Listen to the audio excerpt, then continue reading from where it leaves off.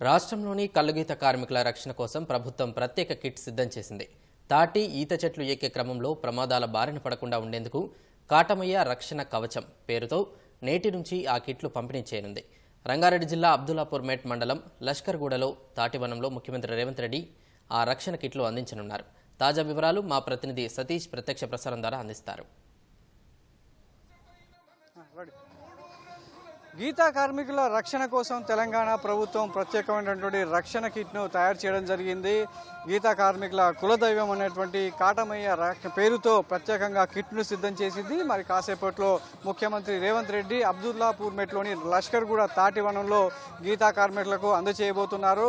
అయితే చాలా వరకు గీతా కార్మికులు వాళ్ళ వృత్తిలో భాగంగా చాలా వరకు ప్రమాదాలకు గురవుతున్నారు. తాటి చెట్టు ఎక్కే క్రమంలో వాళ్ళు సాంప్రదాయంగా వినియోగిస్తున్నటువంటి రక్షణ పరికరాలు సరిగ్గా లేకపోవడంతో తాటి చెట్టు నుంచి జారిపడి వికలాంగులుగాను చాలామంది అదేవిధంగా మరణించిన సందర్భాలు, మృత్యువాత పడిన సందర్భాలు చాలా ఉన్నాయి. దాదాపు ఏడాదికి 500 మందికి పైగా గీతా కార్మికులు రాష్ట్ర వ్యాప్తంగా ప్రమాదాలకు గురవుతూనే ఉన్నట్లుగా గణాంకాలు చెప్తున్నాయి. ఈ క్రమంలో గీతా కార్మికులు తాటి చెట్టు, ఈత చెట్టు ఎక్కేటువంటి కార్మికుల పరిరక్షణ కోసం ఐఐటి హైదరాబాద్తో కలిసి ఒక ప్రత్యేకమైనటువంటి కిట్ను రాష్ట్ర ప్రభుత్వం తయారు చేసింది. బీసీ కార్పొరేషన్ ద్వారా రాష్ట్ర వ్యాప్తంగా ఉన్నటువంటి కార్మికులందరికీ కూడా నేటి నుంచి ఈ కిట్లను పంపిణీ చేయబోతుంది. 6 వస్తువులు ఉన్నటువంటి ఈ కిట్ ద్వారా గీతా కార్మికులు తాటి చెట్టును సులభంగా ఎక్కడమే కాకుండా వారికి భద్రతా పరంగా కూడా చాలా ఈ కిట్ దోహదపడుతుందని చెప్పేసి ప్రభుత్వం తయారు చేయడం జరిగింది. మరి దానిలో భాగంగా ఈరోజు లష్కర్గూడ వేదికగా చాలామంది ఒక 50 మంది గీతా కార్మికులకు 10 రోజుల పాటు ట్రయల్ రన్ నిర్వహించి అది భద్రంగా ఉందా లేదా అంటే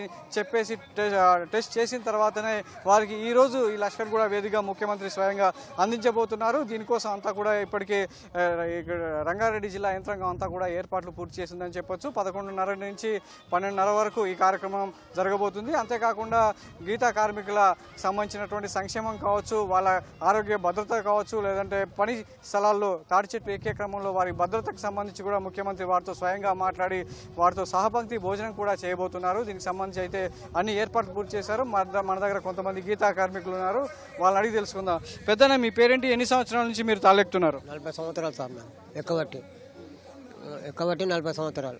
40 ఏళ్ల నుంచి ఈ మీరు వాడుతున్నటువంటి వీటి ద్వారానే తాళెక్కుతున్నారు కదా. సో ఎట్లా ఉంది భద్రత పరంగా, ఎట్లా ఉంది? మంచిగానే ఉంది సార్ ఇప్పటికైతే. మంచిగా ఇప్పుడు రేవంత్ రెడ్డి మంచిగా ఇస్తుండు, అది చేస్తున్నాము. ఇప్పుడు అత్తి వరకు మంచిగా అయితే నడుస్తుంది ఇప్పుడైతే అని అనుకుంటున్నాను. సో మీ కళ్ళ ముందు ఎవరైనా ప్రమాదాలు బారిన పడిన సందర్భాలు ఉన్నాయా? ఎట్లా వాళ్ళు కింద పడిన సందర్భం? పడ్డారు సార్, కింద కూడా పడ్డారు, 2-3 సార్లు పడ్డారు. ఇస్తున్నారు, 5 లక్షలు శాంక్షన్ అవుతున్నాయి, చేస్తున్నారు. మీ పేరేంటి? నా పేరు యాదగిరి సార్. యాదగిరి గారు, మీరు చూసినట్లయితే చూడొచ్చు కొన్ని సంవత్సరాల నుంచి ఈ తాళ్ళు ఎక్కుతూనే ఉన్నారు. ఈ సాంప్రదాయంగా ఈ రబ్బర్తో తయారు చేసినటువంటి మూగు ద్వారా, సాంప్రదాయ కిట్ ద్వారా కొన్ని సంవత్సరాల నుంచి తాళ్ళు ఎక్కుతూ కుటుంబాన్ని పోషించుకుంటున్నారు. ఇప్పుడు ప్రభుత్వం మీకు ఈ రక్షణ కిట్ ఇస్తుంది కదా, సో ఇది ఎలా మీకు ఉపయోగపడుతుంది, ఎట్లా మీకు రక్షణ కల్పిస్తుంది అనుకుంటున్నారా? చూసారా మీరు? చూసినాం సార్, చూసినాము. ఇప్పుడు మాకు ఎందుకంటే ఇది బాగానే ఉంది. ఇది కాకపోతే ఏంటంటే కాళ్ళు జారినా, మూకు జారినా నడుమ ఆగకుండా కిందికి వచ్చేస్తాం. ఇప్పుడు ఈ సారిచ్చేది ఇప్పుడు ఎట్లా ఉందంటే ఇప్పుడు మోకుకు ఫిట్ చేసి ఉంటుంది అది. దాని మూలంగా ఇప్పుడు మాకేంటంటే మోకు జారినా, కాళ్ళు జారినా కిందికి ఏలాడబడిపోతాడు మనిషి, అక్కడనే ఆగిపోతాడు. మోకు అక్కడ బిగ్గర పట్టుకుంటుంది, తాడు మీద మేము కిందికి ఏలాడబడతాం. ఏలాడబడ్డప్పుడు ఏంటంటే అక్కడనే ఏలాడబడి ఉంటాం. శాతనైనోడు అయితే నేను పైకి లేస్తాడు మళ్ళీ అది పట్టుకొని, మళ్ళీ మామూలుగా శాతగానోడు అయితే అట్నే ఎలా ఉన్నా కూడా మళ్ళీ ఎవరైనా వచ్చి లేపడానికి కూడా ఆస్కారం ఉంది. అంటే ఏ సందర్భంలో మీరు కళ్ళు గీసేటప్పుడు ఏ సందర్భంలో కింద పడే అవకాశం ఉంది? కళ్ళు గీసేటప్పుడు కింద పడవచ్చు, ఎక్కేటప్పుడు కిందికి జారొచ్చు, కాళ్ళైనా జారొచ్చు, చేతులైనా జారొచ్చు, మోకైనా జారొచ్చు సార్. ఎక్కేటప్పుడు జారొచ్చు, దిగేటప్పుడు జారొచ్చు, పైన ఉన్నప్పుడు కూడా జారొచ్చు. సందర్భం అని ఏది లేదు, అది ఎప్పుడైనా జారొచ్చు, మనకి ఎక్కడికి వెళ్ళైనా జారొచ్చు. అది ఎందుకంటే ఒక తీరేనే ఉంటుంది, కిందికి వెళ్ళి మీద ఒక తీరేనే ఉంటుంది, ఎక్కడికి వెళ్ళైనా జారొచ్చు. ముఖ్యంగా వర్షాకాలంలో కూడా మీరు తాళ్ళెక్కుతుంటారు, వర్షం పడ్డ సందర్భాల్లో కూడా.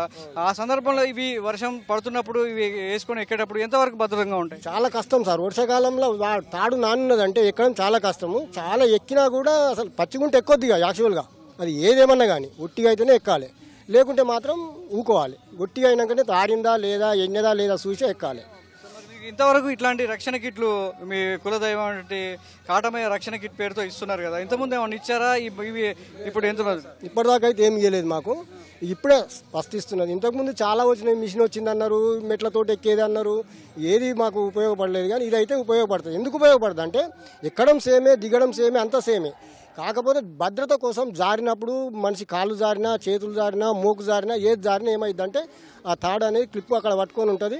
మాకు ఇది నడుముకు కట్టుకుంటాం కాబట్టి కిందికి ఏలాడబడి ఉంటాం మేము.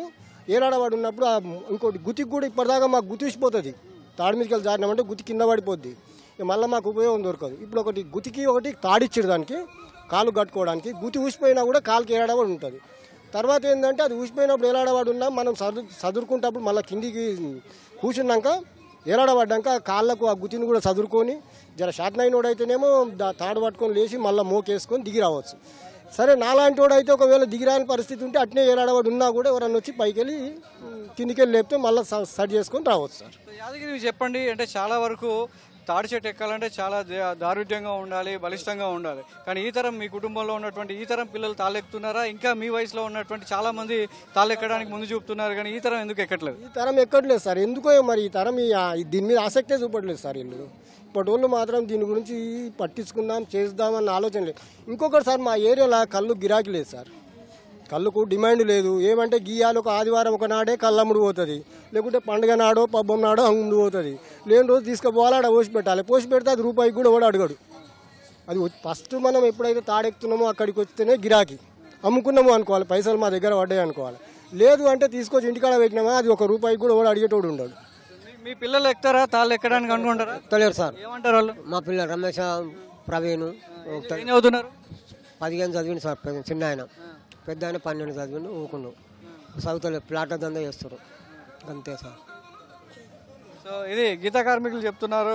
ఈ ప్రభుత్వం అందజేసేటువంటి కాటమయ్య రక్షణ కవచం చాలా భద్రంగా ఉండబోతుంది.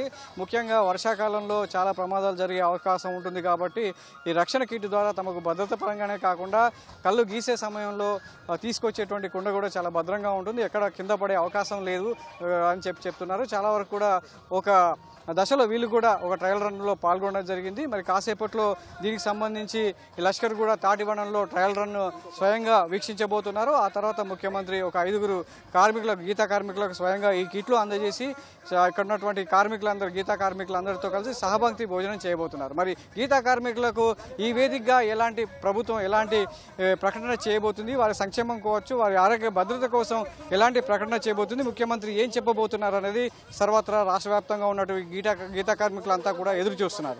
4 స్టూడియో.